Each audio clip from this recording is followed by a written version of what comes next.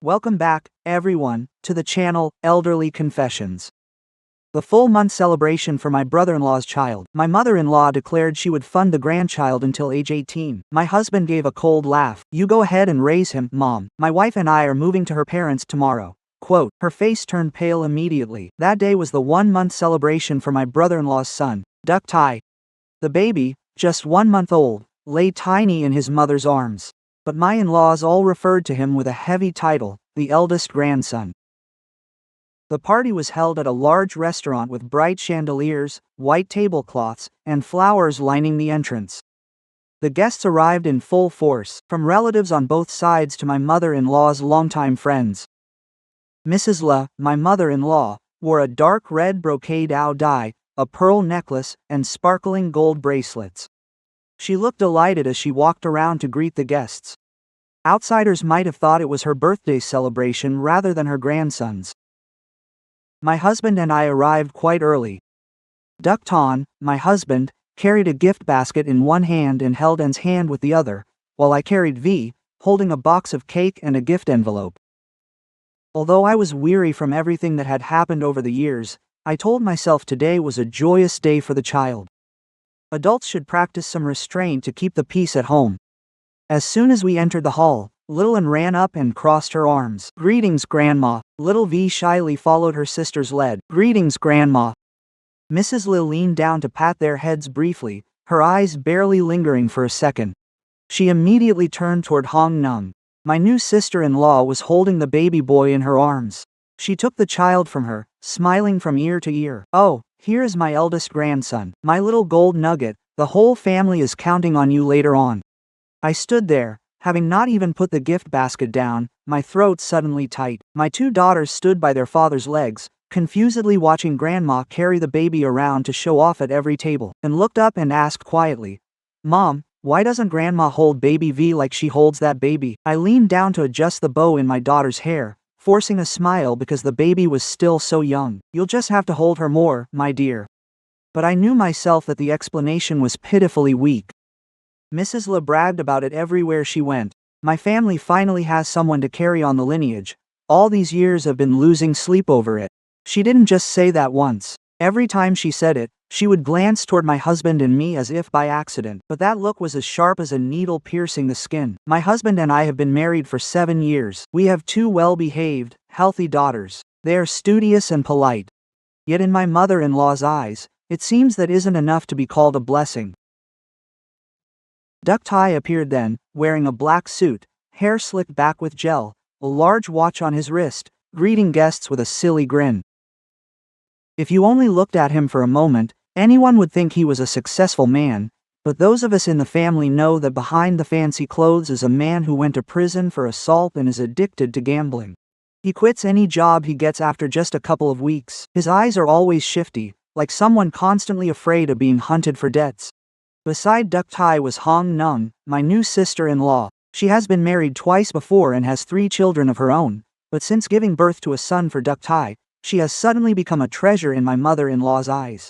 That day, Hong Nung wore heavy makeup, red lipstick, a tight dress, and a gold necklace I heard Mrs. La had just bought for her. She sat at the main table cradling her child, smiling sweetly, but her eyes kept darting around, watching every guest drop an envelope into the gift box, while the aunts gathered around Mrs. La. One person said Mrs. La was truly blessed to finally have a grandson to hold, and another chimed in that having a firstborn grandson brought peace of mind, since daughters eventually just end up in someone else's home.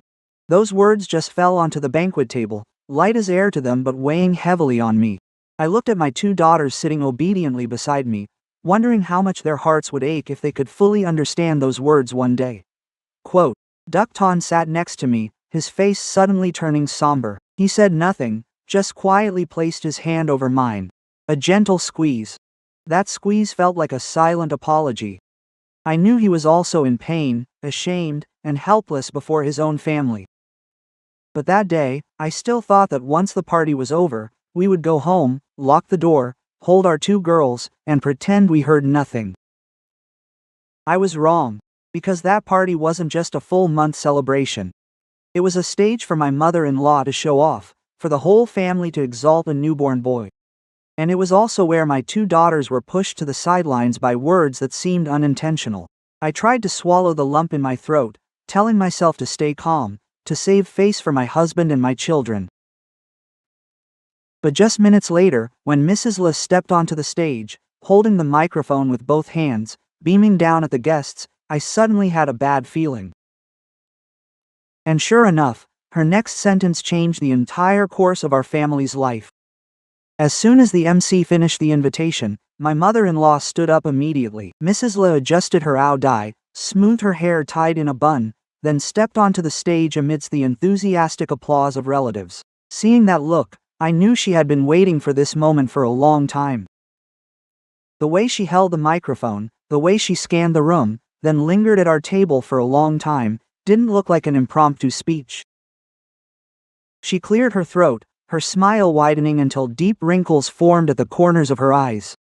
Today I truly don't know what to say other than the word content. The family ancestors have finally witnessed my sincerity, granting my family a grandson to carry on the lineage. At that point, her voice choked up as if she were deeply moved. The aunts and sisters below immediately sighed, some even dabbing their eyes with tissues in support. I sat at the table, listening to every word as my chest grew heavier. Mrs. Le continued, "I don't dislike granddaughters. Any grandchild is blood, and I love them all. And Envy, Ton's children, are sweet and beautiful, but to be honest, while all children are precious, having a grandson in the family is just different." As soon as those words were spoken, the hall erupted in scattered laughter, not joyful, but the knowing kind, laughing along with an outdated belief they deemed correct. I looked down at Anne. She is 8 years old enough to understand at least some of what the adults were saying. Her small hand resting on the edge of the table suddenly curled up. I quickly took her hand, gave it a gentle squeeze, and pretended as if nothing had happened, and looked up at me, and those clear, innocent eyes made my heart ache. What I fear most isn't being looked down upon, but that my two daughters have to hear such words and silently wonder if they are somehow less valuable. On stage, Mrs. Le grew more and more enthusiastic as she spoke. She turned toward Duck Tai and Hong Nung, her eyes brimming with affection. My son Tai was impulsive and stumbled in the past, but what mother doesn't hope for her child to turn over a new leaf? Now, he has a wife, having a child, and such a handsome baby boy at that. I believe he will be different now. Duck Tai, sitting below, nodded immediately, his face beaming as if having a son could erase all his past mistakes. Then, Mrs. Le unexpectedly raised her voice, speaking clearly into the microphone during her grandson's 1-month celebration in front of all the relatives. "I announce that from today, I will personally cover all the expenses for raising this boy until he turns 18. The entire hall immediately buzzed with excitement. Some applauded, some marveled, and others turned to each other saying Mrs. Le truly loves her grandchild with all her heart. Encouraged, she smiled brightly, listing costs for milk, diapers, medicine, kindergarten, and private tutoring. "If he gets into college later, I will cover that too. My eldest grandson cannot be at a disadvantage."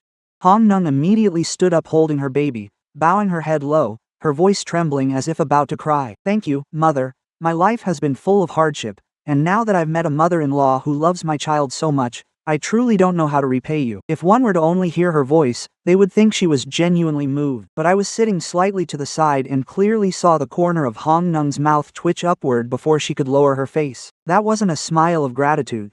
It was the smile of someone who had just gotten what they were waiting for.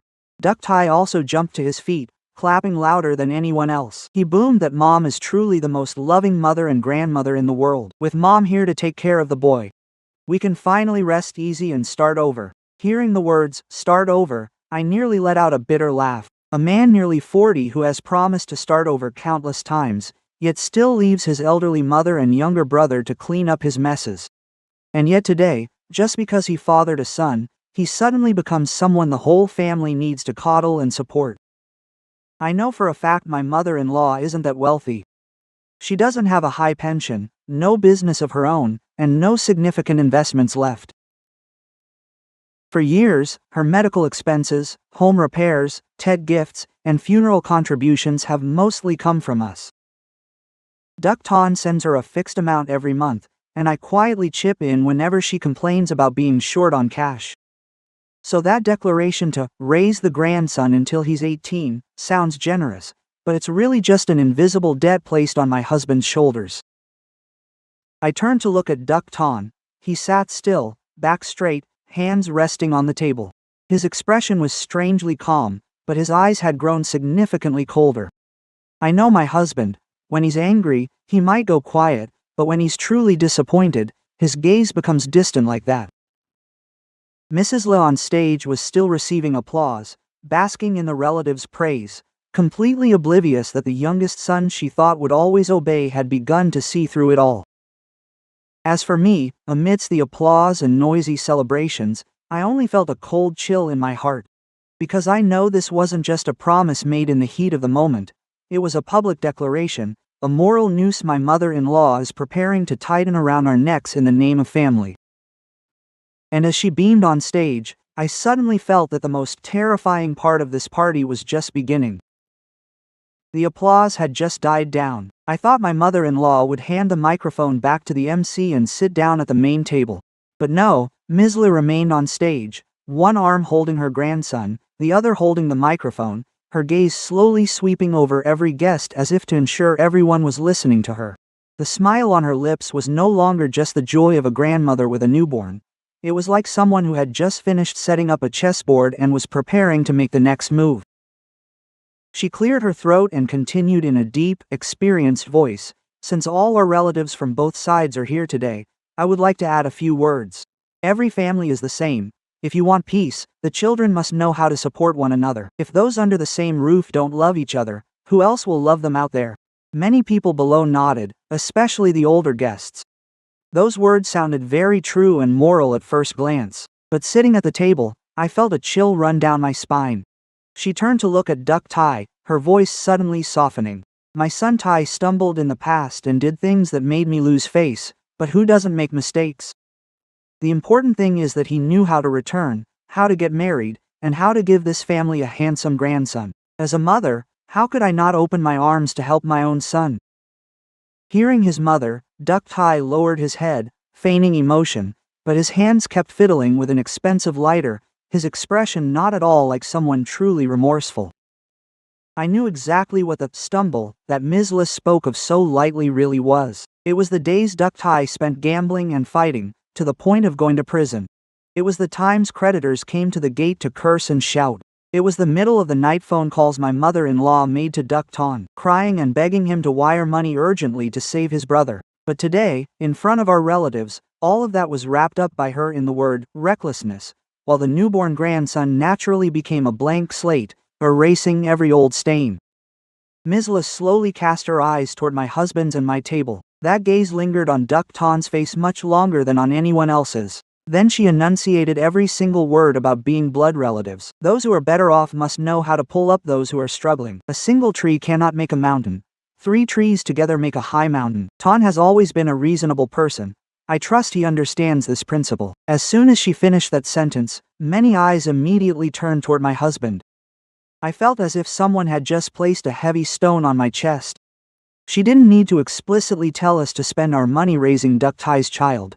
Just saying it like that in front of all the relatives was enough to make Duc Ton feel responsible. If he were to refuse later, that is what makes my mother-in-law so fearsome. She rarely pressures others with direct orders. She often uses filial piety, sentiment, and family ties to corner people so they cannot say no. A distant aunt sitting at the next table immediately chimed in with a beaming smile, as if she had been waiting. Mrs. Le is right.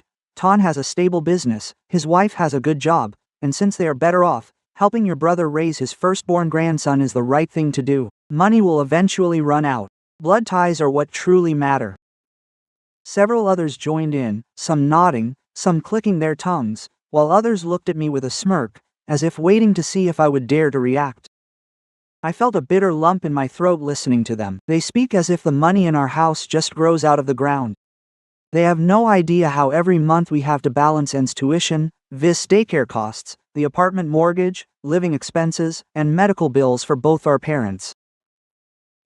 They don't know the nights I sit before the budget, sighing at every small expense, telling myself it's okay not to buy new clothes this month, as long as both children have tuition and decent meals. Right at that moment, Hong Nung carried her son toward our table. She smiled very sweetly, a sweetness that felt completely fake. Uncle Ton, Aunt Mai, what Mom said is just because she cares about our whole family. Since you already have 2 daughters, I'm sure you'll love my boy like your own son, right? After saying that, she deliberately leaned down to bring the baby in her arms closer to me, as if using the child as a shield for adult calculations. I looked at the red-faced baby, feeling no resentment toward it at all. The child is innocent, but I hate the way people use a child to make demands, to bind others, and to turn affection into an obligation. I looked up at Hong Nung, keeping my voice very soft but clear. A niece is a niece, and a child is a child. I care for children, but caring is different from being obligated to raise them. As soon as those words fell, the air around the table instantly froze. Hong Nung's smile stiffened on her lips. For a brief moment, I saw her eyes darken, but she quickly regained a look of fragility, bowing her head and whispering, "You sound so distant. I thought people in the same family would be different." Before I could reply, Ms. Le on stage had already heard. She spun around, her tone changing instantly. "Nok Mai, today is a happy day for everyone. Don't you feel cold-hearted saying such things? Women in this family must think of the big picture, not always calculating for themselves." I sat up straight, trying to swallow my anger. I did not want to argue during a full-month celebration, nor did I want my 2 daughters to see their mother being judged. But every word from my mother-in-law and the relatives felt like needles piercing my self-respect. I turned to Duc Ton. He hadn't said a word, but the hand resting on his glass was gripping it so tightly his knuckles were white. I understood that his silence right now was not weakness.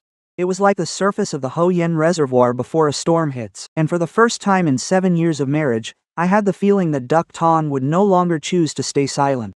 Sitting amidst the noisy laughter of the party, I suddenly saw my entire 7 years of marriage flash before my eyes. 7 years is not too long in a human life, but enough for a woman to go from believing that if she lives kindly, she will be treated kindly, to gradually realize that some people take advantage the more you yield, and despise you the more you tolerate them. When I first married Duc Ton, I genuinely wanted to get along with my husband's family. I thought since his mother lost her husband early and raised 2 sons alone, she must have endured much hardship, so being difficult at times was understandable.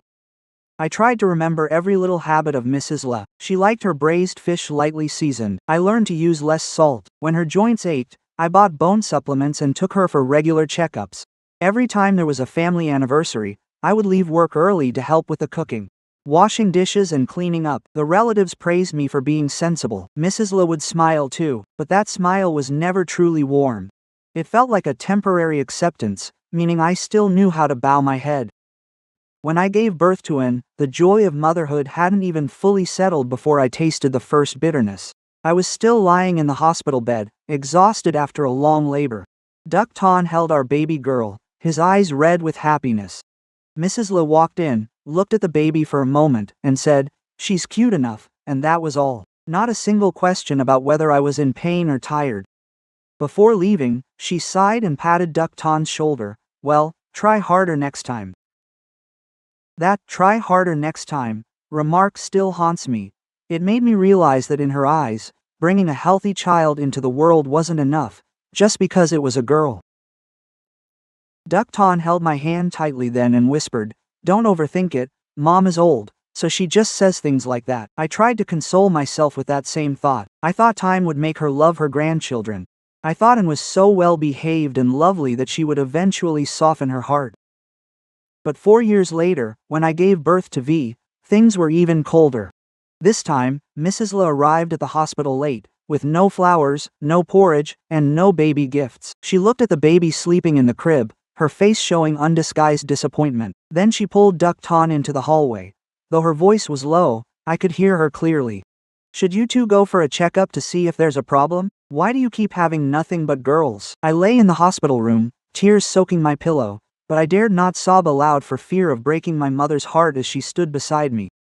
While she treated her own 2 granddaughters with such disregard, Duc Tai was coddled by her blindly. He got into a fight at a pub, seriously injured someone, and ended up in prison. Mrs. Le still wept while telling relatives, "He just has a hot temper.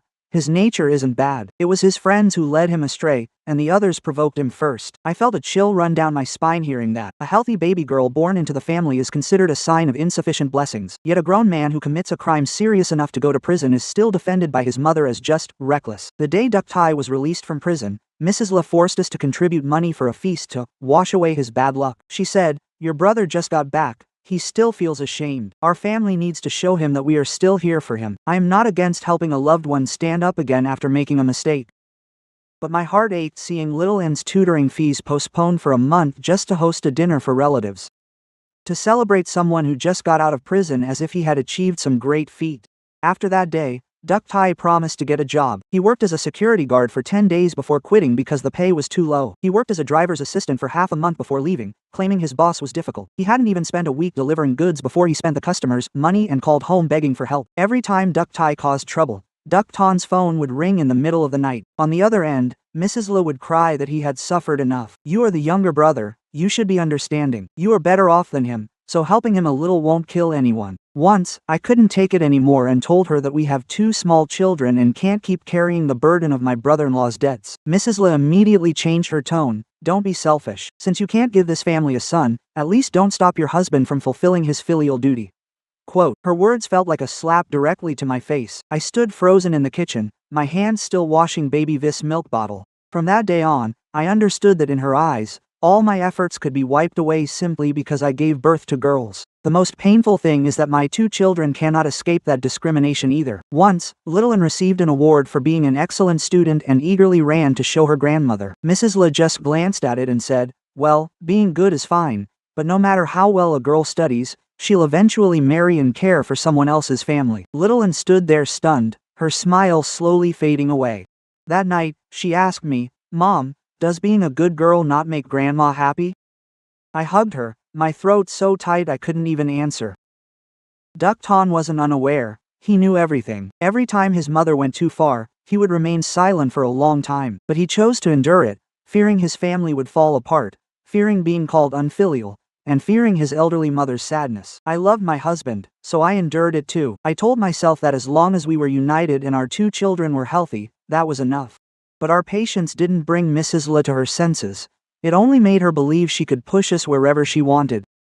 And today, right in the middle of Duck Tai's grandson's first-month celebration, she publicly used moral platitudes to turn us into a wallet for a grandchild she called her first-born heir. Watching her smile brightly under the stage lights, I suddenly felt all the resentment of the past 7 years turn into a deep crack in my heart. That crack could no longer be filled with the word patience. The party continued amidst soft music and noisy well wishes. The restaurant staff began serving appetizers, with plates of steamed shrimp, lotus root salad, and seafood soup placed on the tables one by one. The guests chatted and laughed, while my mother-in-law, after her speech, became the center of all the praise. Some praised her for being blessed, others for how much she loved her grandson. Some even said Duck Tai would surely settle down now that he had a son to motivate him. I sat quietly and picked up a piece of steamed egg for little V. The child was too young to understand what the adults had just said, and she happily asked me, "Mom, will there be cake later?" I stroked her head and nodded slightly, but my eyes unconsciously followed Hong Nung. I don't know why, but ever since she pretended to tear up while thanking my mother-in-law on stage, I've had a very unsettling feeling.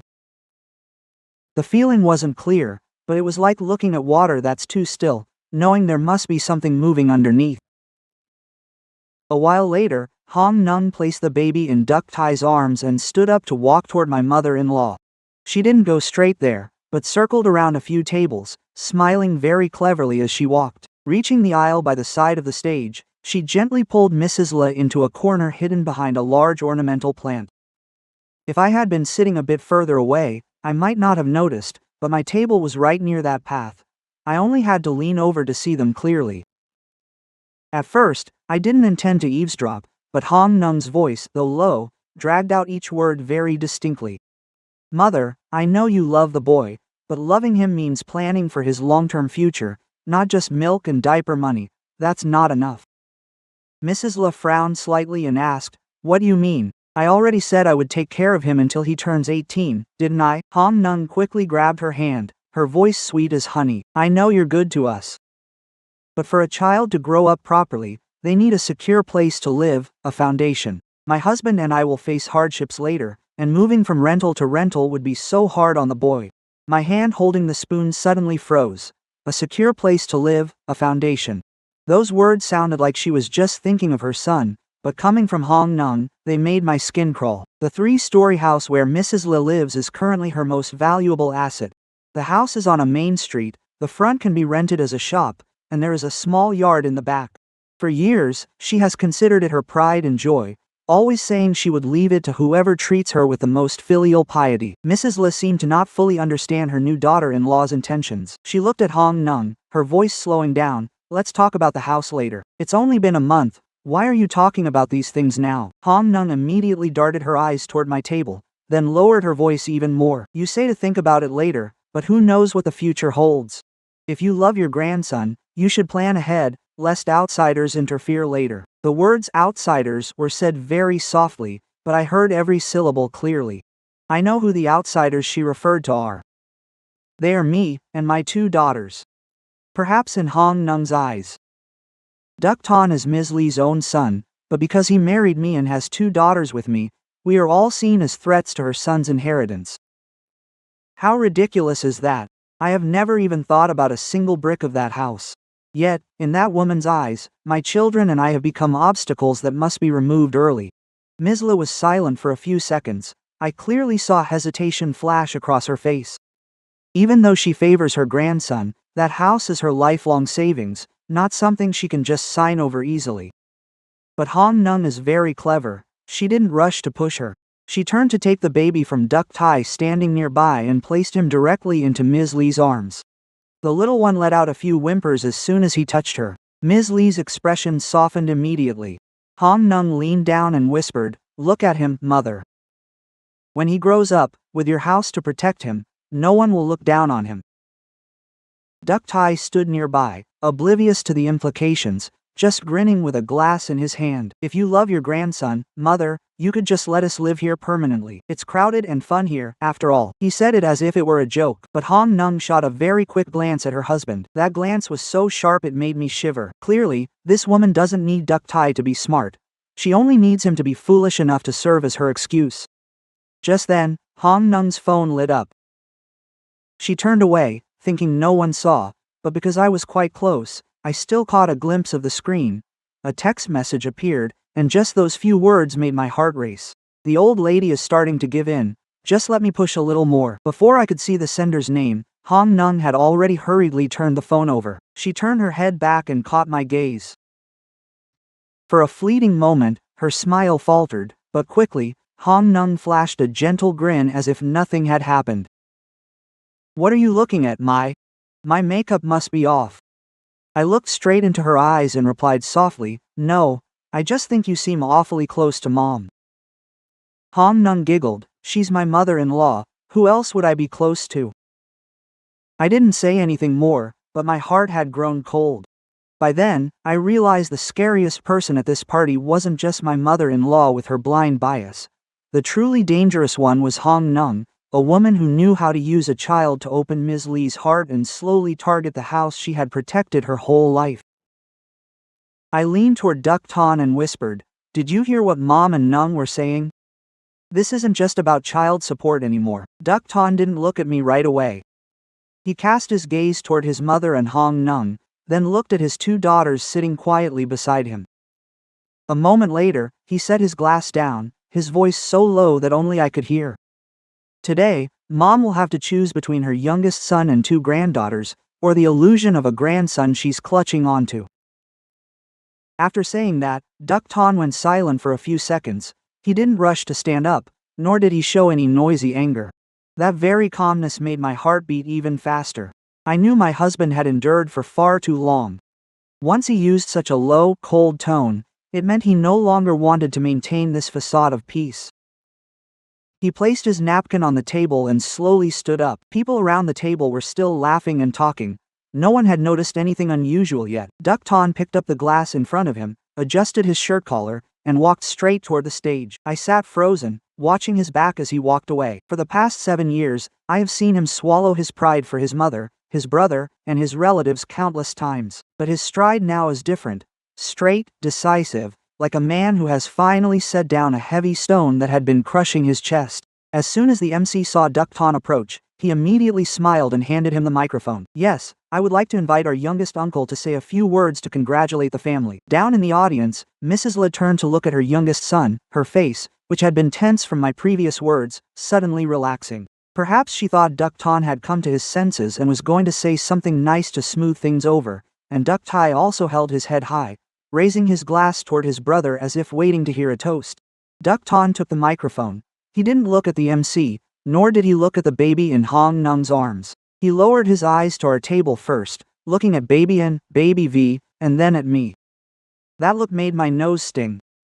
Then he turned to his mother, his voice ringing out clearly over the speakers. Mother, please rest assured in raising your eldest grandson until he is 18. From tomorrow, my wife and I are moving out. The entire hall seemed to have been muted. The background music was still playing softly, but all laughter, the clatter of dishes, and chatter stopped in the very same moment. I saw a chopstick in an aunt's hand fall onto her plate, creating a faint clinking sound that was strangely audible. Mrs. Le stood frozen at the main table, her face, which had been flushed with wine and joy, suddenly turned pale. She looked at Duck Ton as if she couldn't believe she had heard correctly. What did you just say, Ton? Mrs. Lee's voice faltered completely. She slammed her glass onto the table and stood up abruptly. Today is your nephew's celebration. Why are you going up there and talking nonsense? Duck Ton remained calm. He looked at his mother and replied slowly, I have spoken very clearly. Since you have agreed to raise the child until he is 18, you should go ahead and raise him. Starting tomorrow, my wife and I will no longer live nearby to make things difficult for you. Duck Tai finally regained his senses. He slammed his hand on the table so hard that the glasses rattled violently.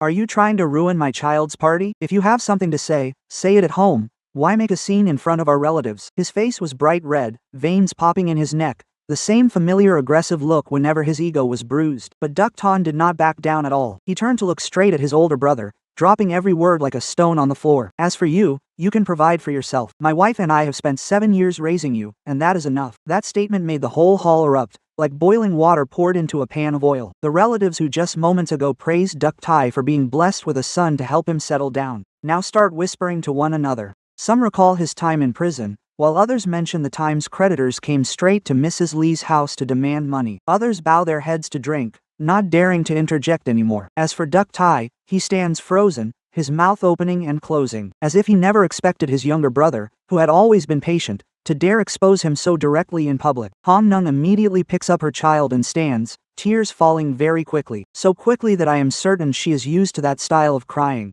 She chokes out loudly, Uncle Ton, Aunt Mai. I know we are poor, I know Tai made mistakes in the past, but today is our child's full month celebration. Do you all really have to humiliate us like this? I just wanted my child to have a support system. After speaking, she presses her face against the baby's blanket, her shoulders trembling like a weak woman being bullied by the whole family. If it were before, perhaps Duck Ton would stay silent, perhaps he would swallow it out of love for his mother and fear of gossip from outsiders. But this time he only gives a cold smile. That smile even made me feel a chill. He takes his phone from his pocket, opens a pre-saved folder, and holds it up for the relatives to see. You say you want your child to have a support system. Then let me ask you, is that support system my family or my bank account? The phone screen displays a series of transaction screenshots. Duck Ton doesn't ramble. He only chooses the clearest items. Here, 8 million transferred to Tai to pay off gambling debts. Here, 12 million for school fees for Nung's child from a previous relationship. Here, 5 million for hospital fees for Nung's mother. And here, 20 million that Tai said was for vocational training. But the very next day, he was seen at a pub. With every word he spoke, Hong Nung's face turned a shade paler. Mrs. Le anxiously steps onto the stage, her voice trembling. Ton, turn it off right now. Why air dirty laundry in front of everyone? Duck Ton turns to his mother, his gaze no longer resentful, only disappointed. Mother, when you stood before everyone and forced me to help him, did you think of that as a family matter too? When you said my wife should think of the bigger picture, did you think about your 2 granddaughters sitting right there listening to it all? I leaned down and pulled little V into my arms. Little Ann sat next to me, her eyes red, but she was trying hard not to cry. She looked at her father on stage with eyes full of both fear and pity. My heart tightened. There are things Duck Ton should have said a long time ago. But even if it's late, at least today he said it in front of our children so they know their father doesn't value them any less than any nephew.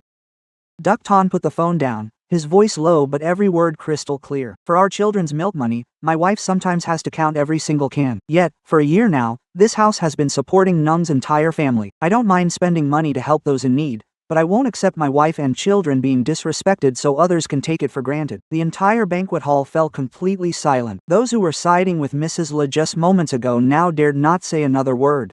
I watched my husband standing on stage, the lights casting shadows over his face, which was rigid from suppressing his anger. For the first time in years, I saw Duck Ton no longer as the youngest son who always bowed his head out of filial duty, but as a true husband and father standing to protect us.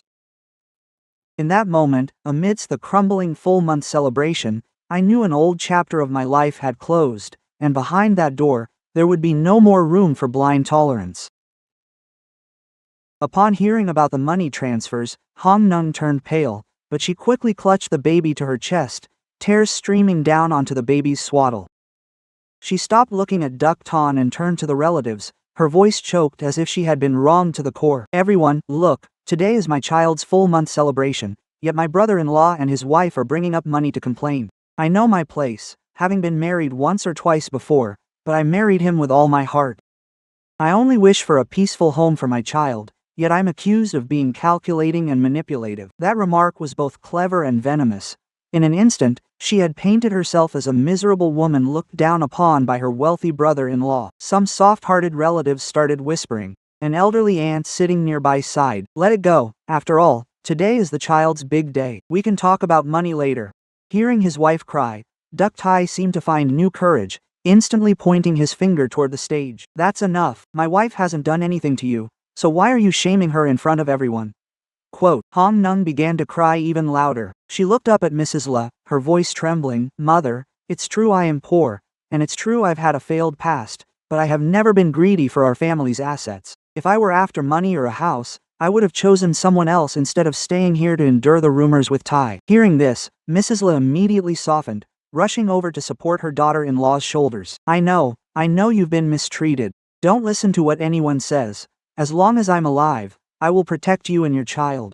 I watched that scene and felt a chill run down my spine. Mrs. Le was still blinded, even though Duck Ton had just provided clear evidence, and even though Hong Nung's words were full of holes. The sight of her grandson in her daughter-in-law's arms made her forget everything. I was about to pull my two children away from the chaotic crowd when suddenly, from the back of the hall, the sound of a chair being dragged loudly echoed. A middle-aged woman stood up. She wore a pale blue maid's uniform, her hair tied in a low bun, her face worn, but her eyes were very resolute. At first, many thought she was a restaurant server, but she looked at no one else, staring straight at Hong Nung.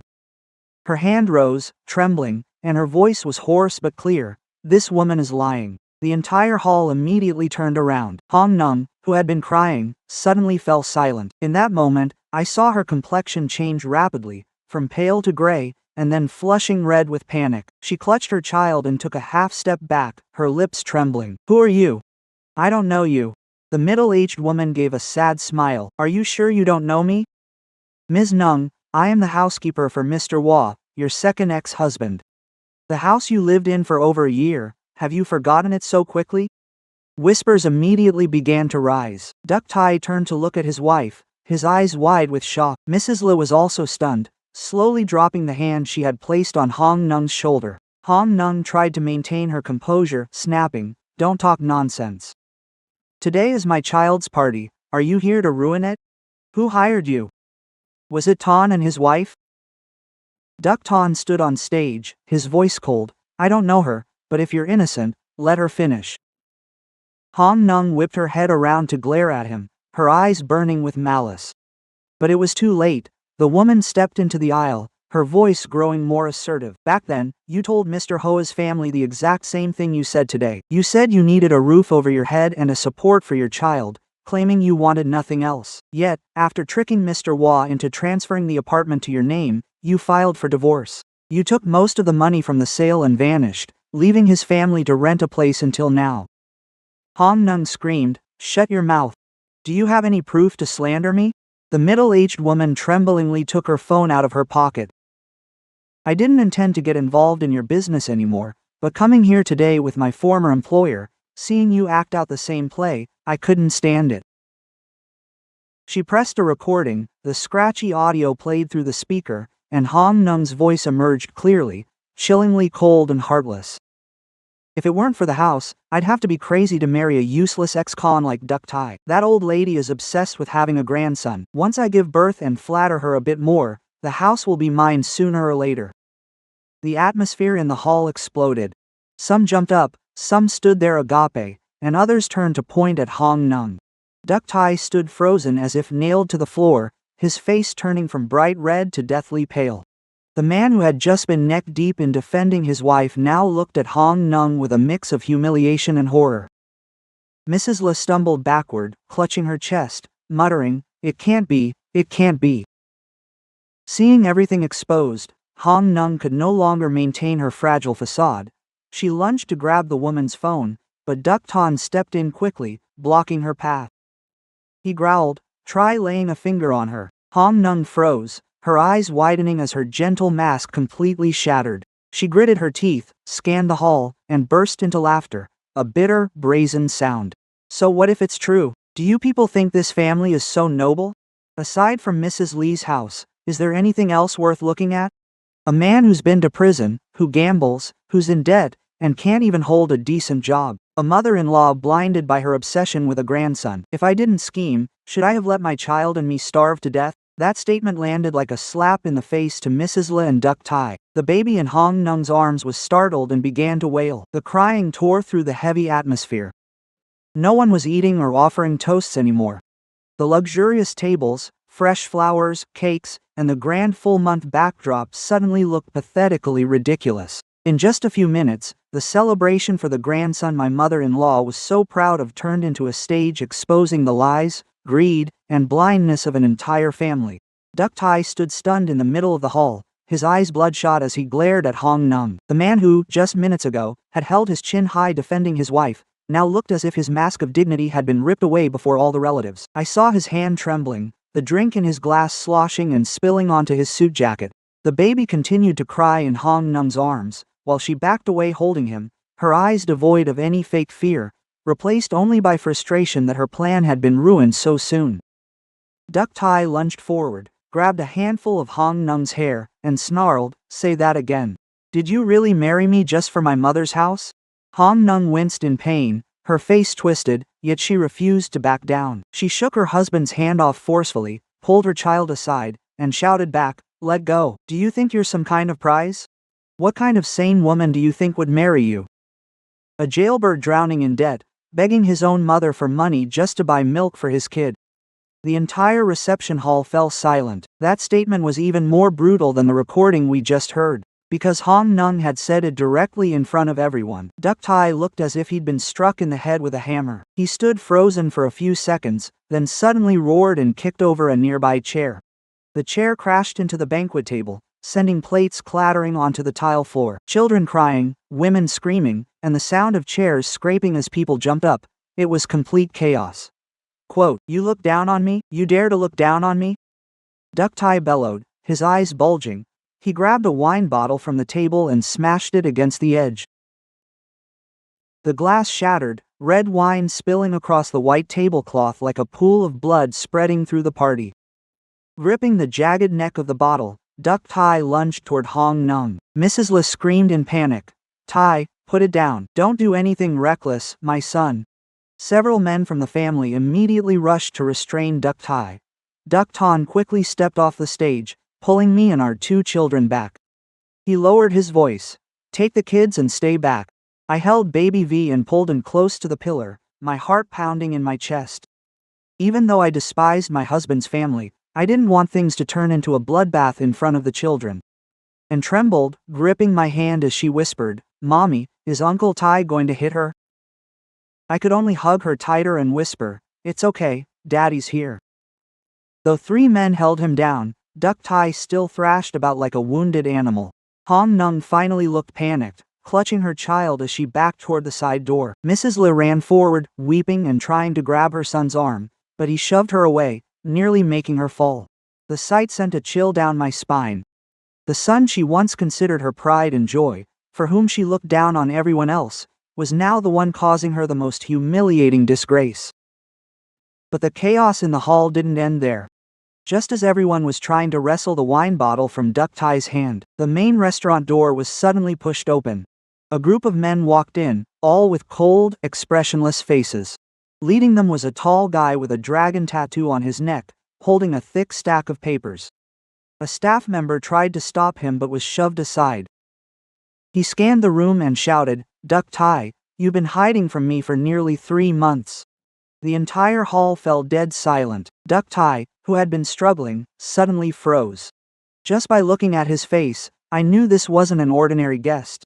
The tattooed man walked straight into the middle of the hall and threw the stack of papers onto the main table. The dead documents scattered, some even stained with red fingerprints. He sneered, "Having a great time at your son's full-month party, aren't you? Having so much fun that you forgot about the 680 million you owe us?" Mrs. Le heard that figure and turned deathly pale. 680 million. She stammered as she turned to look at Duck Tai. "Tai, is what he says true, my son?" Duck Tai avoided his mother's gaze, his lips trembling, but he couldn't say a word. The creditor smirked. "Don't bother asking him. He lost everything on soccer bets, borrowing from one place to pay another. We still have all the messages, recordings, and loan papers. If you don't have the money, then bring your house and land to talk." The word house made Mrs. Le feel as if someone were choking her. She trembled as she gripped the edge of the table. "What house? He doesn't have a house." The creditor leaned down, picked up a paper, and held it up before her. Quote, "He said the house you're living in is about to be transferred to him and his wife.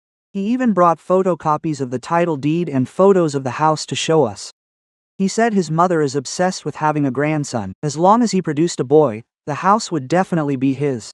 Mrs. Le stepped back, her eyes wide, her lips moving without making a sound. Hong Nung, standing near the side door, also turned pale, while Duck Tai hung his head, not daring to look at anyone. I turned to Duck Ton. He stood still, his face tense, but his voice rang out clearly. "Do you see now, mother? The person you told the whole family to sacrifice for is now preparing to sell your house." That statement hit Mrs. Le like a bucket of ice water in the middle of winter. She looked at Duck Ton, then at Duck Tai, and finally at Hong Nung. Everything she once believed in, took pride in, and boasted about to our relatives. In just one evening, it had all shattered into pieces. But the shock didn't stop there. The creditor pulled out another paper, his voice icy. "There's more. He didn't just borrow from one place. He went everywhere bragging that he was about to have the house transferred to his name, which is why people dared to keep lending to him. If you want to keep the house, get the money ready, or don't blame us for showing up at your doorstep." No one in the hall dared to speak up. Eyes filled with both pity and contempt were fixed on Mrs. Le, Duck Tai, and Hong Nung. I saw my mother-in-law standing in the middle of her grandson's full-month party, her shoulders trembling, her face aging by years in just a few minutes. The backdrop behind her still displayed the sign celebrating the grandson's first month, but now it felt like a bitter irony. That so-called blessing of a grandson she held so dear was actually dragging her entire house into the abyss. Mrs. Le stood in the hall, her hands gripping the edge of the table so hard her knuckles turned white. As the creditor finished speaking, the pile of loan documents lay scattered on the banquet table, covering the envelopes of gift money that hadn't been tucked away yet. All around, our relatives began to look at her with very different eyes. Gone was the admiration when she announced she would raise her grandson until he was 18, and gone were the compliments. Only shock, contempt, and a bit of pity remained for a mother so blind she couldn't see her own son digging a pit beneath her feet. I saw Mrs. Lee's face twitching uncontrollably. Someone like her, who lived her whole life for vanity, fears not losing money, but being seen by others for her own stupidity. She swept her eyes across the hall, seeing everyone whispering, everyone pointing fingers. And then, like a habit deeply ingrained in her blood, she immediately looked for someone to blame. That person was not Duck Tai, not Hong Nung, and certainly not herself. Her gaze landed on my face. Mrs. Le suddenly lunged toward me, pointing her finger straight at my face. "It is all because of you. Ever since you entered this house, my family has been falling apart. You turned son against mother. You made the brothers clash. You dragged this whole family out to be the laughing stock of the world." Her harsh voice echoed throughout the hall, drowning out the crying children and the whispers all around. I stood stunned for a few seconds, then burst into laughter. Not because it was funny, but because everything was so absurd that if I didn't laugh, I might have started crying right there. I looked at her with a strange calmness. Are you saying I tore this family apart, Mother? Did I make Ty gamble? Did I make him go into debt? Did I tell Nung to target your house? Each of my questions made Mrs. Lee's face contort a little more. She shook with rage, stammering, but still trying to scream. Don't you dare talk back. If you weren't so petty and calculating, would Ton dare to stand up and shame his mother in front of our relatives? Before I could say another word, Duck Ton stepped in to shield me and our child. For the first time in my life, I heard my husband shout at his mother in a painful yet firm voice. Mother, stop it right now. The whole hall went dead silent. Mrs. Lee also froze, as if she couldn't believe her gentle youngest son would dare to raise his voice. Duck Ton stood tall, his eyes red, but his voice didn't tremble. Enough, Mother. At this point, can you still blame my wife? He turned to look at the relatives, then turned back to his mother. For the past 5 years, who has paid for your electricity and water? Who has bought your blood pressure and joint medicine? Every time there is an anniversary, a wedding, or a family event, who is the one who sends money so you can save face in front of everyone? It is my wife and me, not Ty, and certainly not Nung. Those words fell heavily, clearly, without needing to scream but loud enough for everyone present to hear. Mrs. Lee was speechless, but Duck Ton did not stop. He took a carefully folded paper from his wallet, his hands trembling as he opened it. There is still one thing I have never told Mai. I was afraid of hurting my wife, and foolishly thought that hiding it would keep the family at peace. He turned to look at me, his eyes full of remorse. My heart suddenly tightened. I didn't know what he was about to say, but my gut told me it definitely wasn't a small matter. Duck Ton looked at his mother, his voice choking up. Last year, you took the 2 savings accounts under an Invis names. You said you were borrowing them temporarily for hospital bills, but in reality, you used that money to pay off Ty's debts. My ears started ringing. I stood frozen, no longer able to hear the noise around me. Those 2 savings accounts were money my husband and I had saved for our children since they were small. I had thought the money was still safe in the bank, a bit of security for their future education. Yet, it turned out it had been taken away a long time ago. I turned to look at Duck Ton. He lowered his head, not daring to meet my eyes. I'm sorry, he said softly, his voice breaking. I intended to earn it all back before telling you.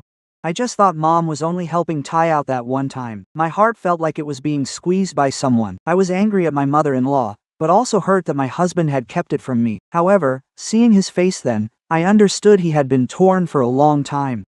He wasn't greedy for our children's money. He was just too weak when it came to his own mother. Duck Ton turned back toward Mrs. Lee, his eyes rimmed with red, but his voice suddenly hardened. I endured it thinking you loved my older brother. I endured it thinking you were still my mother. But you treated your youngest son and daughter-in-law like an ATM. You even took the money belonging to your 2 granddaughters to cover debts for the person you call your eldest grandson. That last sentence made Mrs. Lee stagger. Some relatives in the audience began whispering louder. Someone looked at my 2 daughters and sighed. Exposed to the core, Mrs. Lee could no longer maintain her initial air of elegance. She slumped into her chair and suddenly slammed her hand on the table, weeping. Oh heaven, my son is unfilial. My daughter-in-law is forcing her husband to abandon his mother. I'm old now, yet I'm being mocked by them in front of all our relatives like this. Her crying was very loud, very familiar. It was the same way she cried whenever she wanted Duck Ton to soften up.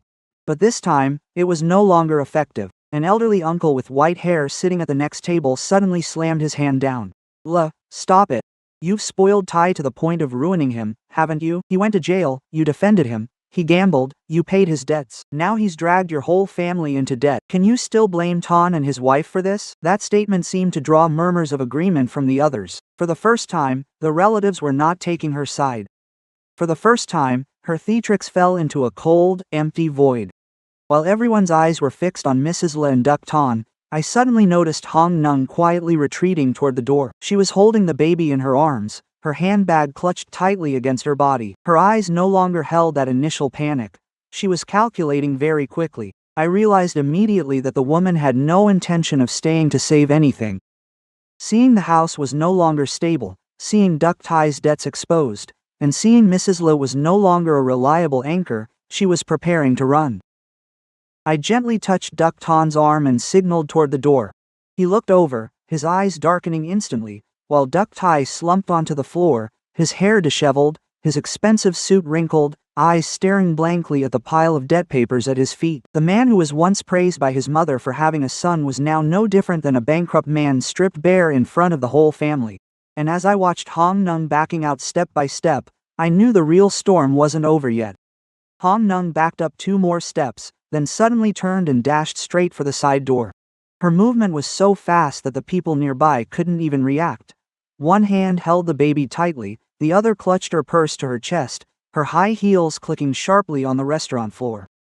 In that moment, I understood that this woman had planned her escape route long ago. She wasn't panicked because she was exposed. She was only panicked because she hadn't managed to take everything she wanted. Nung. Duc Tai snapped his head up, and seeing his wife running away with their child, he seemed awake from a trance. He broke free from the people holding him, staggered after her, and shrieked until his voice went hoarse, "My child, give me back my child. Hong Nung, you stop right there." That shout drew the entire hall to rush toward the door. Some were curious, some feared a major incident, and others pulled out their phones to record. Duc Tan immediately turned to me, "Keep the 2 kids close to me." I nodded, pulling baby in with one hand and holding baby V in the other. We and a few relatives ran out to the parking lot. The night wind from the street blew in, icy and sharp, a stark contrast to the stuffy air inside the hall. The yellow lights in the parking lot cast mottled patches across the concrete floor. The sound of car horns, people calling out, and the baby's crying blended into a suffocating, chaotic scene. Hong Nung had reached the gate, where a white taxi was waiting, seemingly called by her in advance. The driver rolled down his window and looked around, confused by what was happening. Hong Nung yanked the back door open, and just as she was about to climb in, Duc Tai caught up and grabbed her handbag strap. "Where are you going?" "Give me my child." He tugged hard, causing the bag to burst open. Cosmetics, wedding gift envelopes and several gold bangles tumbled onto the ground. Hong Nung screamed, "Let go! Are you insane? Are you trying to beat us to death in front of everyone?" She clutched the baby against the car door, her face pale, yet her hand still reached down to snatch the envelopes scattered near her feet. That sight made those around them whisper in disdain. Even when running away, the thing she cared about most wasn't the child crying until turning blue, but the wedding money and gold on the ground. Just as Duc Tai was about to pull the baby from Hong Nung's arms, from the opposite side of the parking lot, a delivery motorcycle slowly came to a stop. A man in a blue shipper jacket stepped off and removed his helmet. At first, no one noticed him, but as soon as Hong Nung saw that face, she instantly froze, the color drained from her face, and her bright red lips trembled as she stuttered, unable to form a sound. Quote, "You, why are you here?" The man was in his 40s, lean, but with very sharp eyes. He didn't look at Duc Tai, nor did he look at Mrs. Le, who had just stumbled out behind. He just stared at Hong Nung and gave a cold smile. Quote, "If I hadn't come, how many more people were you planning to deceive?" Saying that, he pulled a folded stack of papers from his pocket and threw it straight onto the concrete floor in front of everyone. The papers fanned out, rustling in the wind, with the words "DNA test results" visible at the top. I saw Duc Tai freeze, his hand clutching the bag strap slowly loosening. He looked at the man, his voice hoarse, "Who are you?" The man replied curtly, "I'm Hua, Hong Nung's second ex-husband, and I'm the one who just saved you from being swindled out of your last penny." The entire parking lot went dead silent. Duc Tai bent down and tremblingly picked up the papers. His rough fingers flipped through each page very slowly. I stood a few steps away, unable to read the full content, but just by looking at his face, I knew something was wrong. Duc Tai's eyes turned red, his lips trembling violently. He looked up at Hong Nung, his voice sounding stifled. Quote, "What is this?" Hua coldly answered for her, "That child is not your biological offspring. I was suspicious from the time she was pregnant, so I quietly took a sample for testing. She tried to pin it on me, then saw you were easier to get money from, so she turned to marry you. Did you think you had a grandson for your family? You were just a stepping stone for her to get into your mother's house." No one could say a single word. The baby's crying suddenly became more piercing than ever. Mrs. Le, who had just run up, collapsed to her knees upon hearing that it wasn't his biological child. She sat flat on the concrete floor, clutching her chest, her mouth open but unable to breathe. A relative had to quickly run over to support her. She tremblingly looked at the baby in Hong Nung's arms, then at Duc Tai, her eyes looking like those of someone whose soul had just been drained. Duc Tai was completely out of control now. He lunged forward, grabbed Hong Nung by the collar with both hands, and screamed, "How dare you deceive me? How dare you pass off another man's child as mine?" Hong Nung, clutching her child, was shoved hard against the taxi door, her hair disheveled. Several men had to immediately rush in to pull Duc Tai away. Duc Ton also ran over to grab his brother's arm, shouting, "Snap out of it, don't let yourself go to prison again." After a few seconds of panic, Hong Nung suddenly burst into laughter. That laugh was dry and twisted, sounding both terrifying and pathetic. Her tears ran down the thick makeup on her face, creating streaky patches. She sobbed and laughed at the same time, shouting, "Do you really think I wanted to bear your child? Do you think I would agree to marry an ex-convict? A gambling debtor like you, just because of love? I only wanted the house. I just needed your mother to transfer the house to my name, then I would divorce you. Do you all understand now?" That statement was like the final knife thrust straight into Mrs. Le. She sat on the ground, hair messy, her red brocade dress stained with dust, her face deathly pale. Just hours ago, she had been parading the baby around the hall, bragging that he was her eldest grandson, a blessing from the ancestors. Now, in front of the whole family, the truth was cruelly exposed. The grandchild she used to look down on her own two granddaughters turned out to have none of her family's blood. I held my two daughters tightly, Little and pressed her face into my shoulder, not daring to look at the scene before us. Duc Ton turned to look at his mother for a long time. There was no more anger in his eyes, only profound exhaustion. He walked over, took my hand and the children's, his voice raspy, "Let's go home. Enough is enough." Mrs. Le heard him and hurriedly looked up. Quote, Ton, her voice was weak, like a drowning person desperately clutching at a final piece of driftwood. But Duc Ton did not turn back immediately. He opened the car door for me and the children first, then looked at his mother one last time. Under the cold lights of the parking lot, my husband spoke slowly, each word sharp as a blade. Quote, "Mother, you chose the eldest grandson, now you keep him yourself." Having said that, he shut the car door. Behind us, there were still the sounds of Mrs. Le sobbing, Duc Tai cursing, Hong Nung screaming to get her bag of money back, and taxi horns blaring incessantly in the chaotic parking lot. I looked through the car window and saw the splendid full-month celebration still brightly lit behind us. But in my heart, I knew from that night on, the family that had always forced us to bow our heads just for the sake of having a grandson no longer had the power to hurt us ever again. That night, as the car rolled away from the restaurant, I didn't say another word. Duc Ton was also silent the entire way. Our two daughters sat in the back seat. Little V had fallen asleep from exhaustion, while Anne leaned her head against the window, her eyes wide open, watching the streaks of streetlights go by. I knew she had witnessed far too many things a child should never see. The sound of Grandma crying, Uncle Tai shouting, and adults cursing at each other. All of it would surely haunt her for a long time. When we arrived at my parents' house, my mother opened the door and turned pale seeing us all appear looking so worn out. My father didn't bombard us with questions. He just quietly opened the gate wide. He took the baby from my arms and said, "Get inside first, we'll talk about everything in the morning." It was that very calmness that nearly made me burst into tears. There are places that don't need to ask what you've been through. They simply see you return and immediately open the door. That night, I slept with my two daughters in my old room. Duc Ton sat on the porch for a long time, watching the drizzling rain fall onto the brickyard alone. The next morning, he took the initiative to tell my parents that we would stay for a while, not just for a few days to hide, but to move back permanently until we find a new place.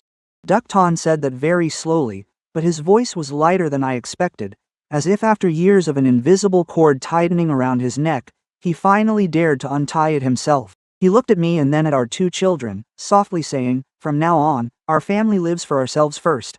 I won't let you and the kids suffer anymore." 3 days later, I thought things would at least calm down a bit, but near midnight that night, it suddenly started pouring, rain drumming against the tin roof behind the kitchen, the wind making the pots in the yard sway.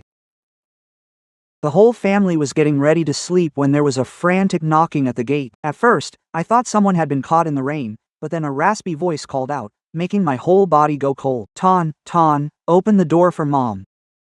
Duc Ton jumped up first and rushed to the porch. I quickly grabbed a coat and followed him. Through the white sheet of rain, I saw Mrs. Le standing outside the gate. She no longer had that elegant look from the red brocade dye she wore at the full-month party. She was wearing thin pajamas, her hair soaked and hanging down her face, her feet in mismatched slippers.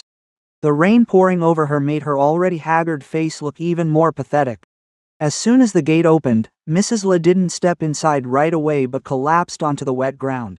"I was wrong, Ton, please save me," she said while crying, her hands clasped in a pleading gesture. I stood there, frozen. My parents also ran out from the house, and seeing the scene, no one could say a word. In my 7 years as her daughter-in-law, I had seen Mrs. Le scold people, cry and slap herself, reprimand and command, but I had never seen her kneel before anyone, let alone at the gate of the in-laws she once despised, thinking my family wasn't her social equal. Duck Ton leaned down to help her up, but Mrs. Le clung tightly to his legs. "You have to save me, I have no other choice left. My house is about to be lost, my child." Her voice cracked in the rain. Duck Ton gritted his teeth but still helped her to the porch. My mother quickly brought her a dry towel, and my father pulled out a chair. Even though she had hurt me so much, my parents couldn't bear to leave an elderly woman sitting there trembling in the rainy night. It took a long time for Mrs. Le to finally form a sentence. It turned out that after the full-month celebration, Hong Nung had truly disappeared. She had taken all the wedding gold, the full-month gift money, and even the envelopes relatives had specifically sent for the baby. Her phone is off, and she moved out of her old rental long ago. No one knows where her 3 children from a previous relationship are. As for Duck Tai, after the shock of the DNA test, he went mad, drank for 2 days straight, smashed up the furniture, and wandered off. But the disaster didn't stop there. Creditors began swarming Mrs. Lee's house. At first, it was just one group, then more followed. Some stood at the door cursing, others banged on the iron gate until the frame dented. The climax came that morning when they spray-painted the words "fraud" and "debtor" in large letters on her gate. That wasn't all. They even printed photos of Duck Tai and posted them at the alley entrance with his debt amount and a collection phone number. Mrs. Le broke down in tears as she told us this. "I don't dare leave the house anymore. The neighbors look at me like I'm a criminal." Duck Ton stood by, his face cold as ice. He didn't ask how she was, only, "Where is Tai?" Mrs. Le shook her head, tears mingling with rainwater on her face. "He's hiding. I can't reach him. He just sent a message telling me to figure it out myself. If there's no money to pay, they won't leave us alone." My heart sank as I listened. A son who had been spoiled by his mother his entire life. When disaster struck, the first thing he did was abandon his elderly mother to face the creditors. Then Mrs. Le looked up, her voice trembling. "There is one more thing. I haven't dared to tell anyone." Duck Ton looked at her, his eyes darkening. Mrs. Le pulled a crumpled piece of paper from her soaked nightgown pocket and placed it on the table. It was a photo of a pawn receipt. I glanced at it and immediately saw words referring to the land use rights certificate. My heart dropped. Mrs. Le spoke as if she were gasping for air. "Tai, he took my real title deed and pawned it." I thought the deed was still in the safe. Only when the creditors showed up and I opened it did I realize it was gone. The space under the porch fell silent, save for the sound of rain pouring down in the yard. Duck Ton picked up the paper and read it for a long time. His face grew colder as he read. Finally, he placed it on the table, his voice terrifyingly low. "Back when you forced my wife and me to help him, when you told me I couldn't abandon your precious grandson, did you ever think this day would come?" Mrs. Le covered her face and wept, but Duck Ton was no longer as soft-hearted as before. "Have you ever thought that for someone who doesn't take responsibility for their own life, even if you sold the house to support him, he would still squander it all?" Mrs. Le suddenly slid off the chair, knelt down once more, and clutched Duck Ton's legs tightly. "I only wanted a grandson to carry on the family name. I am old, and I fear our bloodline will end. I never expected things to turn out like this." Hearing that, I felt a mix of pity and anger in my heart. Pity, because she had truly reached the depths of despair. Anger, because even now, she spoke as if this tragedy began with the desire for a grandson, rather than the blind favoritism and greed she had nurtured for years. I stepped forward and gently pulled my 2 daughters, who were hiding behind the door, into the inner room. Before closing the door, I turned to look at Mrs. Le, the woman who once held her head high and declared she would raise her eldest grandson until he was 18, now knelt on the floor of my parents' house, soaking wet and trembling, begging the very son and daughter-in-law she once treated like a wallet. I felt no triumph, only a heavy sense of sorrow. Because some families don't collapse in a single day, but through every instance where adults condone wrongdoing, every time daughters are dismissed while sons are treated like gold, and every time family bonds are turned into a debt paid in money and tears. The next morning, after a night where no one could sleep, Duc Ton decided to take his mother back to the old house to assess the situation. He did not say he had forgiven her, nor did he say he would shoulder everything. He only told me that, regardless, it was his mother's home, and at the very least, he needed to know how bad things were. I understood he was still angry, very angry, but blood ties are not something that can be severed overnight. I left my 2 daughters with my parents and followed my husband. Throughout the journey, Mrs. Le sat in the back seat, clutching an old cloth bag, whispering Duc Tai's name. The woman who once sat proudly at a baby's first-month party, loudly proclaiming she would raise her grandson until he was 58, was now shriveled up like a ghost. Every time the phone vibrated, she jumped in fear. But when she saw it wasn't Duc Tai's number, her face turned even paler. Mrs. Lee's house appeared before our eyes in a chillingly desolate state.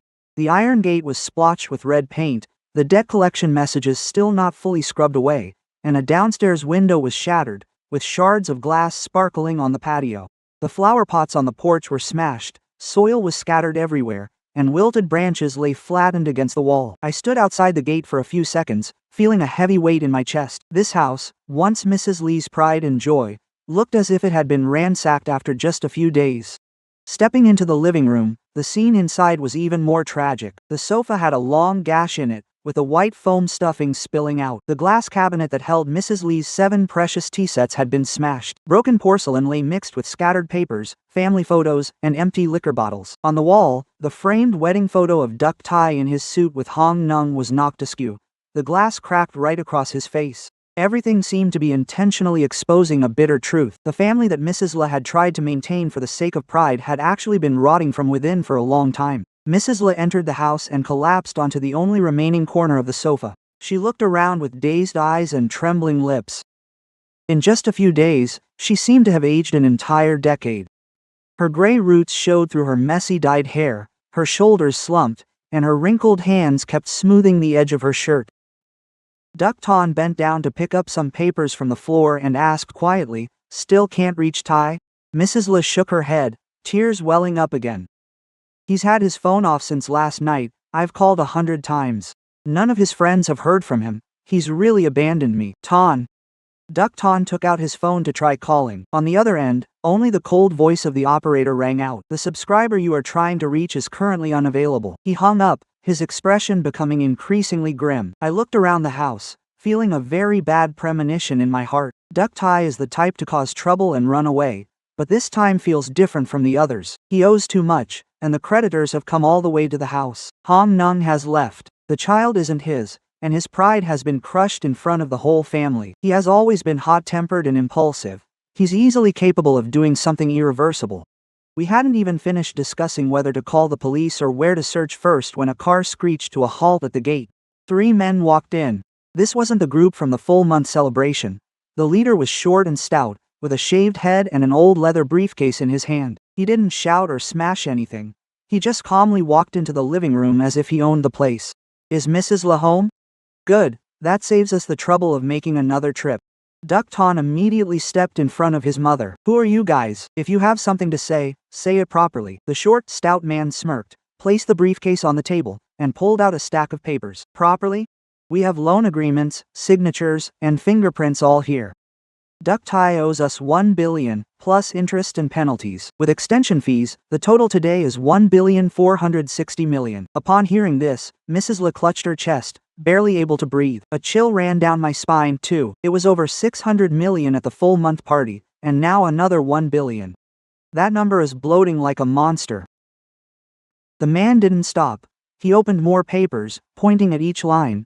"This is betting money, this is a virtual currency loan, this is money borrowed to recoup losses, and this is compounded interest from overdue payments. Don't look at me like I'm making this up. Your son signed and fingerprinted everything, and he even sent us photos of the house, the deed, and the storefront. He said he was about to sell his mother's house, which is why we kept lending to him." Mrs. Le burst into tears. She pounded her chest and wailed until her voice grew hoarse. "Oh God, I raised a monster with my own hands. I raised him, defended him, and covered for him. In the end, he sold out his house and his own mother. That crying wasn't her usual act of desperation. It was the cry of someone who finally saw the abyss she had dug herself. But seeing it now was already too late. Duc Ton tried to stay calm, demanding that the creditors leave the documents and handle this through legal channels. The short man sneered, "If you want legal, then legal it is. But tell Tai to show his face. If he hides, I'll keep coming back. Until this house is sold, none of you will have a moment of peace."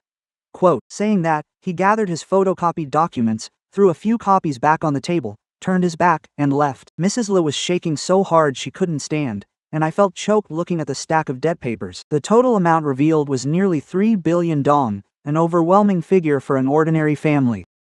Just as the gate closed and it seemed the house might find a moment of peace, the sound of police motorcycles echoed from outside.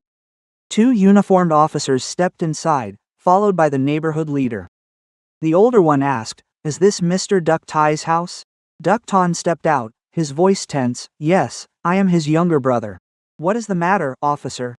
The officer looked around the ruined room and said gravely, "We are verifying Mr. Duc Tai's involvement in an intentional battery case that occurred at a gambling den last night. He has not reported to us yet. The family needs to cooperate. If you know his whereabouts, urge him to come and work with us immediately." As soon as Mrs. Le heard that, her face turned deathly pale. He hit someone again, officer?" The officer was silent for a few seconds, then replied, "The victim was beaten very severely and is currently in emergency care. Initial information indicates a head injury, with a risk of being life-threatening. If the injury assessment report shows serious damage or if the worst happens, the case will be very grave." Those words fell into the room like heavy stones.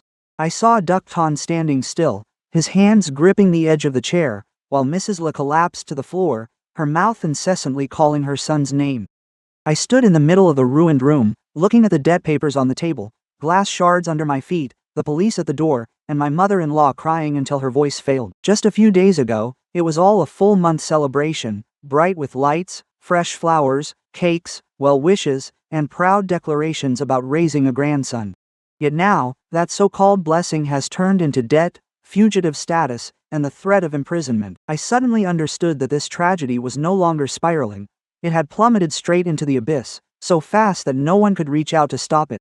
The police officer had been gone for less than 10 minutes, and the house sank back into a heavy silence. Mrs. Le sat on the living room floor, her eyes red and swollen, mumbling Duc Tai's name like a woman who had lost her soul. Duc Ton stood by the window, one hand propped against the frame, his back turned to us. I knew he was trying to stay calm, but looking at his stiff shoulders, I understood he was in total turmoil inside. Just then, the soft sound of a car engine echoed from outside the gate. It wasn't the motorbike of a creditor, nor was it a police car. A sleek black luxury car stopped in front of the house, still splattered with red paint. The door opened, and Hong Nung stepped out in a cream-colored bodycon dress, sunglasses covering half her face, her hair curled neatly as if she had just left a beauty salon. Looking at her then, no one could believe this was the same woman who had fled the baby shower just days ago while carrying her child amidst chaotic shouting. Following behind Hong Nung was an older man in a white shirt and gray trousers, carrying a brown leather briefcase. His face was calm and cold. The kind of calm belonging to someone used to seizing assets, not visiting a family in distress. Hong Nung stepped through the red paint-stained gate without even a frown. She took off her sunglasses, scanned the ravaged living room, and smirked. "Wow, it's only been a few days, and the house has really gone downhill, hasn't it?" Mrs. Le seemed to snap out of it the moment she heard Hong Nung's voice. She pushed herself up and lunged forward, raising her hand to strike. "You vixen, how dare you show your face here again?" But before her hand could touch Hong Nung's face, the younger woman grabbed her wrist. Hong Nung wasn't large, but her grip was incredibly strong. She tilted her head and gave a cold smile. "If you want to hit me, you'd better worry about saving this house first." That sentence made Mrs. Le freeze in her tracks. Duc Ton immediately stepped forward and pulled his mother back. He looked at Hong Nung, his voice turning cold. "What are you doing back here?" Hong Nung leisurely pulled up a chair and sat down, as if she were still the daughter-in-law of the house. She placed her expensive handbag on the table, brushed off her skirt, and said, "I'm here to finally settle the property matter. If things are dragging on, They need to be wrapped up cleanly. The man accompanying her opened his briefcase and took out a neatly stapled stack of photocopied documents. He placed them on the table and pushed them toward Ms. Le. I am a representative from an Fu Finance Company. We are acting based on the power of attorney and the loan security contract related to the property at this address. Ms. Le tremblingly picked up the papers, turning pale after reading only a few lines. What is this? I didn't borrow any money from you people. Hong Nung let out a soft laugh. You didn't borrow it, but you signed the power of attorney for me to manage your property. Did you forget so quickly? Ms. Le snapped her head up, her eyes wide with shock. I signed that paper so you could register the baby's residence and handle his insurance, not to let you mortgage this house. Hong Nung leaned over and pointed to a small line in the photocopy. Read it carefully, Mom. The power of attorney includes the right to represent you with credit institutions and the right to use the property to secure financial obligations if necessary for the benefit of the attorney. Each of those words stung Ms. Lee's eyes like thorns. She shook so violently that the paper in her hands rattled. That's impossible. That day you told me to sign it just to make the birth certificate and residence registration for my grandson easier. I didn't read it. Hong Nung immediately cut her off, her voice as cold as ice. Not reading it is your own fault. I didn't hold a knife to your throat. The signature is yours, and the fingerprint is yours too. You were present at the notary office, as well. You even told the notary that it was completely voluntary. Don't you remember? Duc Ton snatched the papers, read them quickly, his face growing more and more distorted with anger. You set her up, you made my mother sign this. Hong Nung shrugged, saying, to be accurate, I'm helping her fulfill her wish to provide for her grandson. She loves her grandson and wants him to have a future. I'm just taking a step ahead. Duc Ton slammed the stack of papers down hard on the table. The child's future or your own future? You ran off with the gold and the gift money, and now you've come back to seize an old woman's house? The representative from the finance company finally spoke slowly. You can say whatever you want, but the legal documents are valid, and the property has been pledged as collateral for the loan. If the borrower does not pay on time, we will proceed with the recovery steps as prescribed by regulations. His tone was very calm, yet every sentence felt like a knife cutting through Mrs. Lee's last bit of hope. Mrs. Le clutched her chest, staggering as she grabbed the edge of the table. Nung, I have loved you and the kids so much. How could you have the heart to do this to me? By now, Hong Nung no longer bothered to play the role of the dutiful daughter-in-law. She stood up, leaned over to look directly into Mrs. Lee's eyes, and spoke each word clearly. I've already said it. If it weren't for this house, who would even want to live with Duc Tai? An ex-convict, a good-for-nothing, in debt, and he even hits people. Do you think I'm stupid enough to bury my whole life in this house just for the sake of affection? Mrs. Le was stunned speechless upon hearing this, tears streaming down her wrinkled cheeks. Duc Ton gritted his teeth and pulled out his phone. I'm calling the police. This is clearly fraud, taking advantage of an elderly person to sign property papers. Quote, Hong Nung wasn't afraid at all. She crossed her arms, sneering, go ahead, I'd like to see what you tell them. The papers are properly notarized. She was of sound mind when she signed and left her fingerprints. I didn't drug her, force her, or lock her up. She did it voluntarily because she loved her grandson. The words grandson, spat out from Hong Nung's mouth sounded incredibly venomous. Mrs. Le trembled and stepped back, as if the very words she used to be proud of had turned around to slap her in the face. Hong Nung stepped closer, lowering her voice but loud enough for everyone to hear. Remember the days you looked down on your two granddaughters, the day you stood in the middle of the party saying having a grandson made all the difference? Have you ever thought about who will actually take care of you when you're old? Your eldest son sold your house to pay his debts, your grandson isn't even of your blood, and as for your youngest son and your own granddaughters, you pushed them away with your own hands. That statement left the room in complete silence. Standing next to Duc Ton, I felt a chill run down my spine. Hong Nung is cruel, but her final words were like a blade striking the very truth Mrs. Le could not avoid. She opened her mouth, wanting to curse, to argue, to deny, but no words would come out. Her eyes looked toward Duc Ton, then instinctively toward the gate. The place where her two granddaughters could have run in to call her grandma if she had truly loved them. The man representing the finance company gathered the papers and coldly said, the final deadline for payment will be sent in writing. Hong Nung put her sunglasses back on and picked up her handbag. Before stepping out the door, she turned to look at Mrs. Le one last time. Her smile was as thin as a blade. Keep your title as grandmother of the eldest grandson, mother, but let's see how long you can keep this house. With that, Hong Nung got into her car and left, leaving behind a ruined living room and a Mrs. Le rooted to the spot. She no longer wailed, no longer threw a tantrum, no longer blamed or pointed fingers at anyone. She just stood there, tears flowing silently, her shoulders slumped as if all her strength had been drained away. Watching the scene, I felt no satisfaction, only a suffocating despair blanketing the house. Because this time, what Mrs. Le was about to lose wasn't just the house. She was losing her final faith in the eldest grandson she had sacrificed her whole family to cling to. That evening, Duc Ton and I still hadn't left the old house. After Hong Nung left, Mrs. Le had almost no strength left, sitting motionless on the torn sofa, staring blankly at the stained wall in front of her. Duc Ton called an acquaintance who was a lawyer to ask for preliminary advice regarding the power of attorney. As for me, I gathered the shards of glass on the floor, not because I wanted to clean up, but for fear that Mrs. Le might accidentally step on them later. The house was submerged in a heavy silence, only occasionally broken by the sound of Mrs. Lee's dry, hacking sobs. Around 10 p.m., a very faint noise suddenly came from outside the gate. At first, I thought it was the wind hitting the dented gate, but Duc Ton immediately looked up. He signaled for me to stay put and slowly walked toward the outer door. The sound of heavy breathing became clearer, rapid and intermittent. Immediately after, a figure stumbled in through the gate. Under the dim courtyard light, I recognized Duc Tai. He was covered in blood, his forehead gashed, his cheek bruised purple, and his shirt stained with dirt and dried blood. He had lost one shoe, his left leg dragging on the tiles as if he had no strength left. Seeing her son, Mrs. Le seemed to come back to life. She bolted up from the sofa and rushed to the door, crying as she ran. Tai, my son, where have you been these past few days? How did you end up in such a state? She hugged him tightly, her trembling hands stroking his face and hair, tears streaming down like rain. But Duc Tai did not hug her back. He pushed her away, his eyes darting around the room like someone being hunted. Where is the money? Do you have any money left? Give me some money. Hurry up. His voice was hoarse, his breath reeking of alcohol and blood. Mrs. Le was stunned, and before she could reply, Duc Tai had already stormed into her bedroom. He ransacked the closet, pulled out drawers, and dumped medicine boxes and papers onto the floor.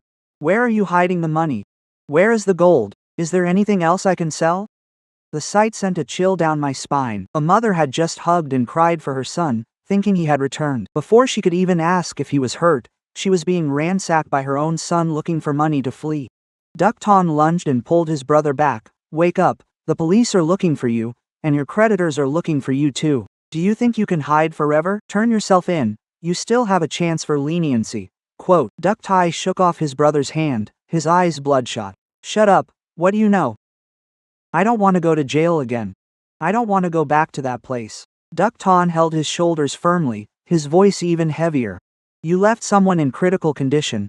Do you think money will fix it? The more you run, the worse your crime becomes. Duc Tai let out a dry, hacking laugh, a sound both bitter and deranged. Crime? What is left in my life that is clean enough to worry about a crime? I just need money. Once I have it, I'll go far away, change my number, hide for a few years, and then figure it out. After saying that, he broke free and continued rummaging like a beast cornered in a dead end. During the struggle, Duc Tai's pocket ripped, and a folded paper fell to the floor, sliding right to my feet. I reflexively leaned down to pick it up. At first, I thought it was just a regular debt note, but as I unfolded it, the heading made my whole body go cold. Commitment to transfer housing rights to settle financial obligations. Below it was Duc Tai's name, a red thumbprint, a messy signature, and the name of a lending group I had heard mentioned this morning. I handed the paper to Duc Ton. He read it quickly, and his expression changed instantly. You signed this? Duc Ton held the paper up in front of his brother, his voice trembling with anger. By what right do you commit to transferring Mom's house? This house is in Mom's name, not yours. Duc Tai looked at the paper, his eyes shifting away, but just seconds later he yelled out. It's going to be mine eventually anyway. Mom has said so many times, this house is for me and my eldest son. What's wrong with signing for it early? Mrs. Le stepped forward and snatched the paper from Duc Ton's hand. She read every line, her eyes widening, her lips trembling uncontrollably. When it finally sank in, she collapsed right in the middle of the living room. You signed to sell your mother's house. She looked up at Duc Tai, her eyes no longer filled with pain, but with total devastation. I'm still alive and kicking, yet you've already used my house to pay off your debts. Tai, do you even consider me your mother anymore? Duck Tai turned his face away, not answering. That silence was crueler than any confession. Mrs. Le suddenly stood up and lunged at her son, slapping him repeatedly. The sound of the slaps rang out sharply in the ruined room. I raised you all my life just for you to sell your own mother's remains? I defended you, shielded you, and paid your debts. In the end, is this how you treat me? She sobbed as she hit him, her broken cries heart-wrenching. Duck Tai stood still and took the blows at first, but then he suddenly laughed, a twisted smile on his bruised face that gave me goosebumps. He looked at his mother, his voice raspy but every word clear. It's all your fault. Mrs. Le froze. Duck Tai stepped back and pointed at his own chest. Since I was little, you taught me that sons must be prioritized. Sons are the ones to carry on the family name, to keep the house and the lineage. As for daughters, they will just get married and leave. Do you remember? The room was dead silent. Duck Tai continued, his eyes filled with resentment and despair. Every time I caused trouble, you cleaned it up. I got into fights. You said I had a hot temper. I gambled. You said all men like to have fun. Even when I went to prison, you still called me your own flesh and blood, your eldest son. You never once made me take full responsibility for my actions. So who can you blame now? You raised me this way, so who can you blame now? Mrs. Le stood frozen, her hand still hovering in the air after slapping her son, her face deathly pale, tears streaming down but without a sound. Duck Tai turned away, his hands clenched until they trembled, while I stood there, feeling chilled to the bone. Because in that moment, we all understood that Duck Tai wasn't just shifting blame to escape punishment. There was a piece of truth in his cruel words that no one could deny. The tragedy of this house didn't start with Hong Nung, nor did it start with the 3 billion debt or that transfer paper. It started a long time ago. From the times Mrs. Le treated her son like gold and her daughters like outsiders. From the times Duck Tai did wrong but was forgiven, fell but had someone to cushion him, caused disasters but always had someone else pay the price. From the way she loved her son without teaching him how to be a person, cherishing him while turning him into someone who only knows how to demand.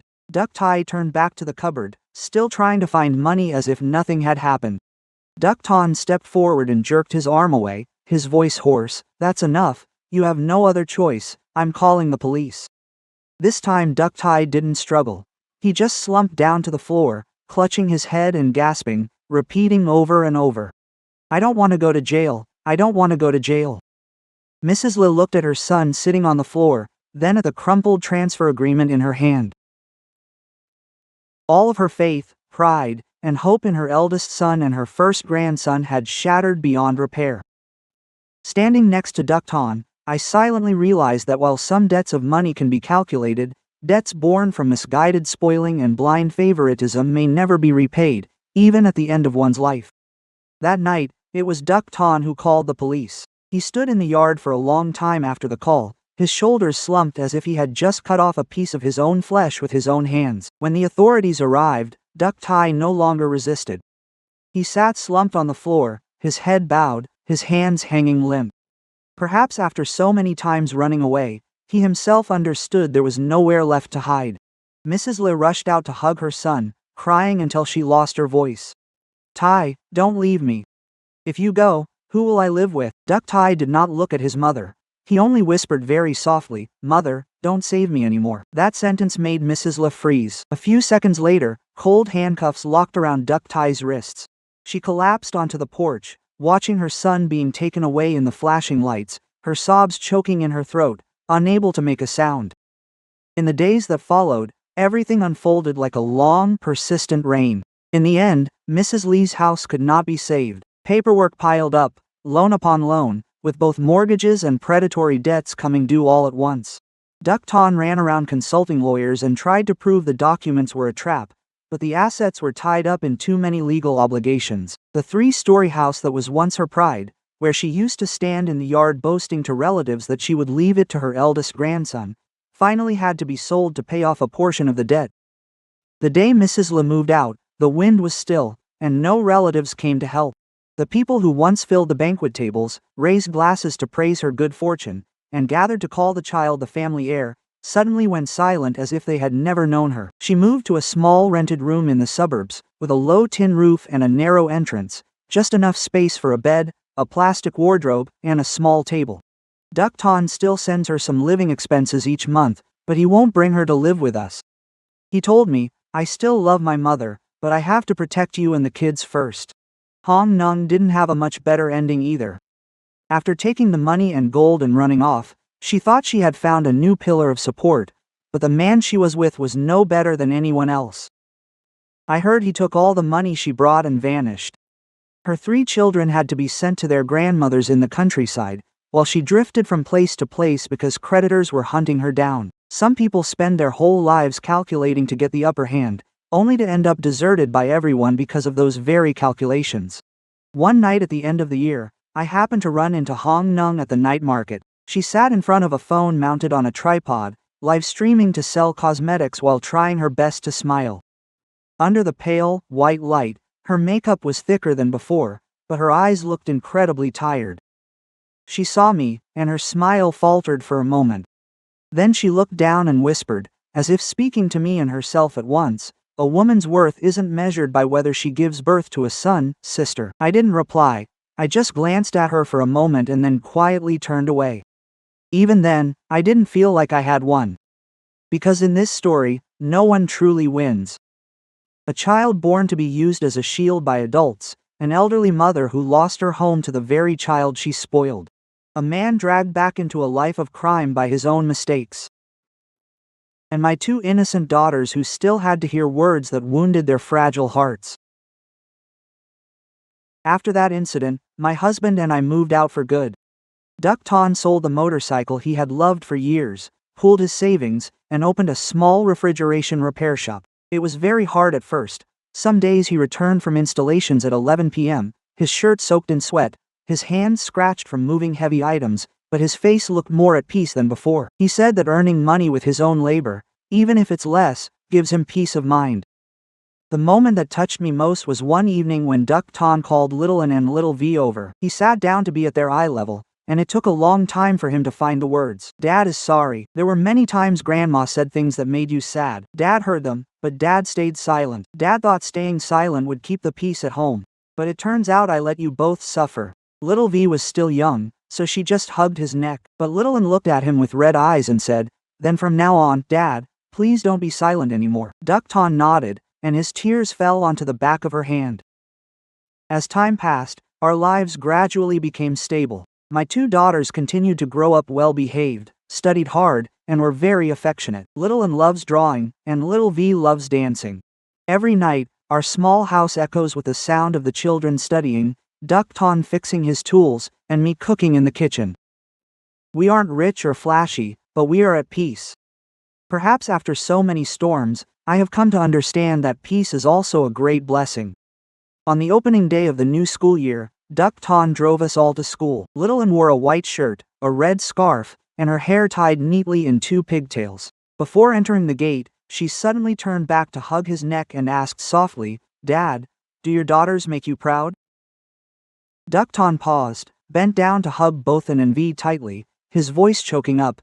"You are the most precious things in Dad's life. I am more proud of you than anything else." I stood behind them watching the 3 of them, my eyes stinging. The morning sun fell on the schoolyard, and the opening drum beat rang out clearly. I suddenly thought that some families spend their whole lives chasing status, a grandson, or an old-fashioned pride they believe is a blessing. But sometimes the most precious thing is right before our eyes. A meal with everyone present, a child loved in the right way, a husband who knows how to protect his wife and children, and a home where no one is looked down upon just because they were born a girl. The end.